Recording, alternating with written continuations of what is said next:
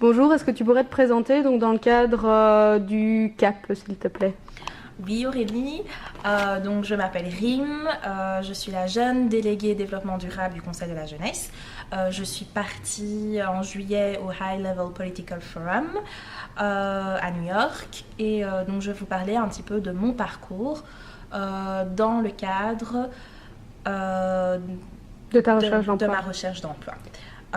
Donc je suis diplômée de sciences politiques et relations internationales de l'ULB.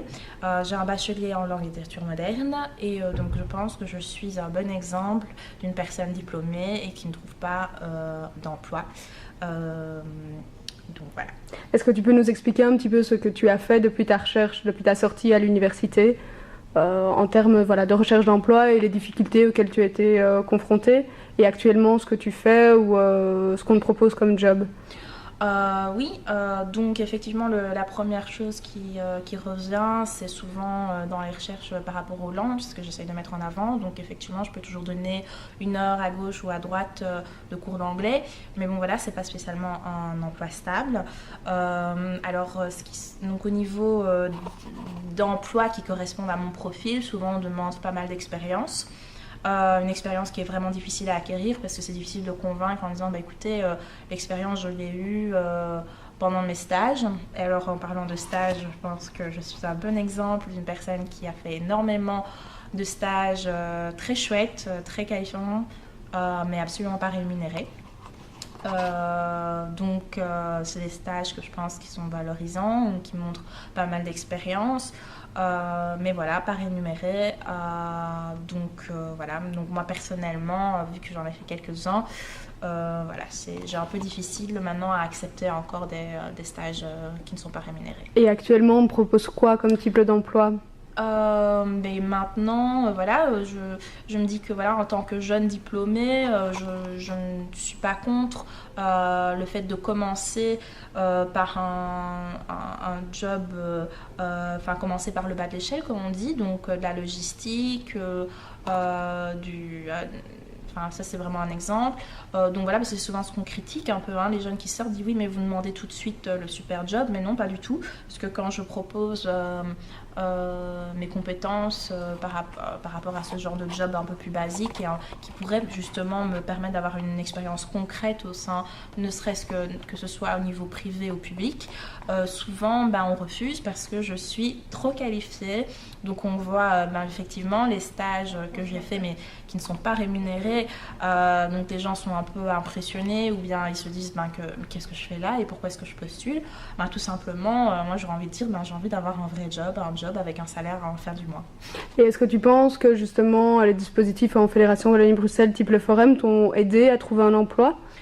Effectivement, je pourrais pas dire que tout est négatif parce que moi personnellement, je pense que je suis assez active pour rechercher de l'emploi. Donc j'ai aussi un conseiller référent et ça se passe très bien. Ils se décarcassent vraiment pour essayer de m'aider, me proposent vraiment des emplois où je peux postuler. J'ai assisté à pas mal de formations. Là, je commence à me reformer au niveau du néerlandais que j'ai quand même un petit peu oublié. Il y a quand même des dispositions, il y a quand même des aides, donc elles sont quand même là, mais effectivement, ils ne peuvent pas créer l'emploi. Ok. Et est-ce que tu voudrais dire quelque chose par rapport aux responsables politiques? Justement, tu dis qu'ils ne peuvent pas créer de l'emploi. Par rapport à cette situation aussi du nombre de jeunes chômeurs, est-ce que tu aurais quelque chose à leur dire? Oui, parce que je pense qu'effectivement, je n'essaie pas de le critiquer gratuitement. Là, je parle vraiment par rapport à ma propre expérience. Et je suis une personne qui sait s'autocritiquer, qui sait voir, j'ai essayé de m'analyser, voir où sont mes faiblesses, qu'est-ce que je peux améliorer, donc effectivement en termes de formation, etc. Et donc là, ce que je remarque souvent, et souvent la critique que les employeurs font par rapport, quand ils refusent mon curriculum par rapport à un poste, c'est souvent le manque d'expérience vraiment concrète. Et donc là, je parle vraiment en termes d'entreprise privée et même au niveau public, au niveau des responsabilités, etc.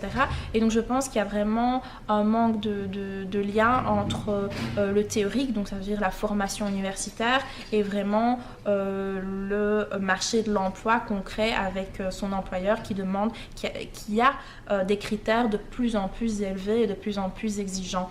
Donc voilà, il y a un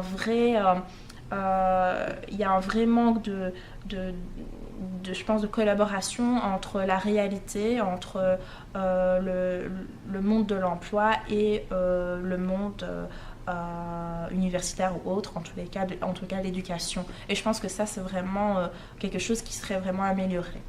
Ok, merci. Et une dernière question, est-ce que je peux te demander ce que tu feras le 24 octobre à 17h? Le 24 octobre à 17h, je serai place Sainte-Catherine pour les apéros de l'emploi.